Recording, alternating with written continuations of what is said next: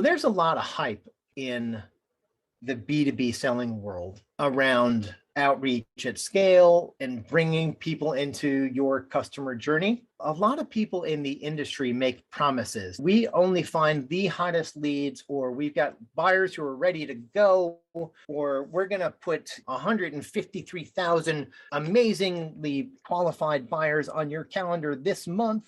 You have to understand what is actually happening when you are doing cold outreach and the actual realities of people who are engaging with you.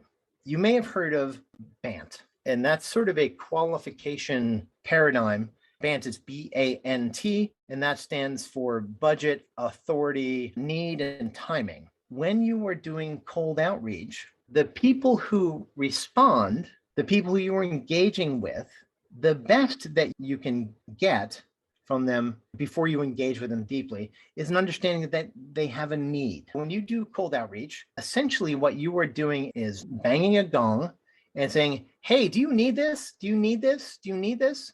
And the people who have a need are going to raise their hand. Now, because they have a need does not mean that they are ready to buy, because we don't know the other pieces in BANT. We don't know if they have a budget that matches what we need to charge. We don't know if the person who has responded has the authority. And relative to timing, we don't know how urgent this is. Now, as sellers, we are all urgent all the time.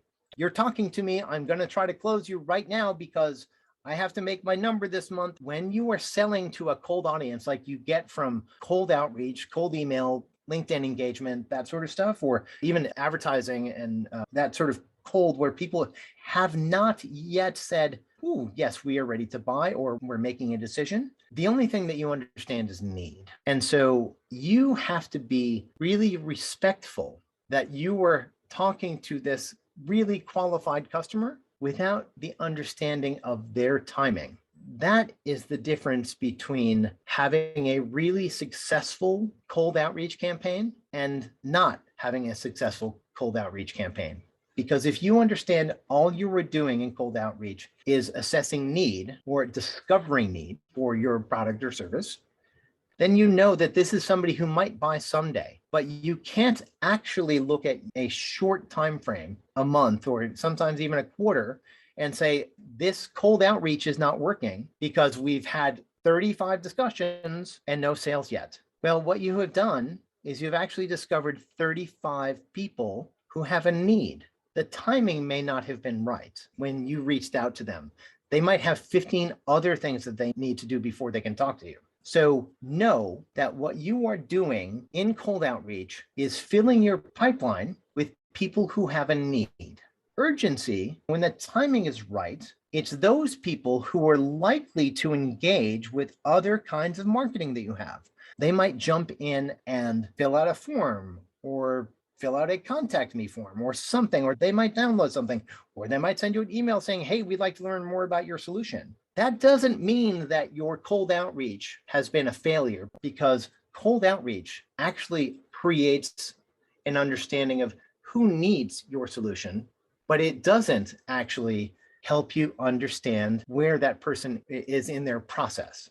When you're thinking about cold outreach and you're thinking about selling to a cold audience, you have to be really patient, because your sense of urgency, because you've got to close deals this week, this month, this quarter, this year, isn't shared by the people who have a need. And so patience, in many ways, is a virtue. When you're doing cold outreach, you need to realize that patience is a primary virtue, because in those 35 discussions you had in the first 2 months of your cold outreach, that actually might turn into 34 sales 6 or 7 or 8 or 10 months from now, even if you have a really short sales cycle, because you identified the need, but the prospect comes back when they are ready to move forward, when their urgency is high. It's really important to have the patience around the fact that it can take a long time for need to turn into urgency.